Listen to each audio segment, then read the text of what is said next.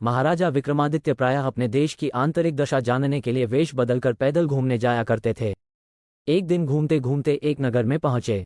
वहां का रास्ता उन्हें मालूम न था। राजा रास्ता पूछने के लिए किसी व्यक्ति की तलाश में आगे बढ़े। आगे उन्हें एक हवलदार सरकारी वर्दी पहने हुए दिखा। राजा ने उसके पास जाकर पूछा, महाशय अमुक स्थान जाने का रास्ता क्या है, कृपया बताइए। हवलदार में अकड़ कर कहा, मूर्ख तू देखता नहीं, मैं हाकिम हूँ, मेरा काम रास्ता बताना नहीं है, चल हट किसी दूसरे से पूछ। राजा ने नम्रता से पूछा, महोदय, यदि सरकारी आदमी भी किसी यात्री को रास्ता बता दे तो कोई हर्ज तो नहीं है?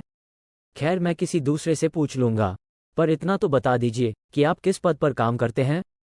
हवलदार ने भौहें चढ़ाते हुए कहा, अंधा है, मेरी वर्दी को देखकर पहचानता नहीं कि मैं कौन हूँ। राजा ने कहा, शायद आप पुलिस के सिपाही हैं?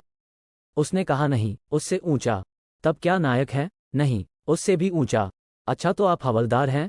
हवलदार ने कहा, अब तू जान गया कि मैं कौन हूँ, पर ये तो बता इतनी पूछताछ करने का तेरा क्या मतलब और तू कौन है? राजा ने कहा, मैं भी सरकारी आदमी हूँ। सिपाही की ऐंठ कुछ कम हुई। उसने पूछा, क्या तुम नायक हो? राजा ने कहा, नहीं, उससे ऊंचा। तब क्या आप हवलदार हैं? नहीं, उससे भी ऊंचा। तो क्या दरोगा है? उससे भी ऊंचा। हवलदार ने कहा, तो क्या आप कप्तान हैं? राजा ने कहा, नहीं, उससे भी ऊंचा। सूबेदार जी हैं? नहीं, उससे भी ऊंचा। अब तो हवलदार घबराने लगा। उसने पूछा, तब आप मंत्री जी हैं? राजा ने कहा, भाई बस एक सीढ़ी और बाकी रह गई है।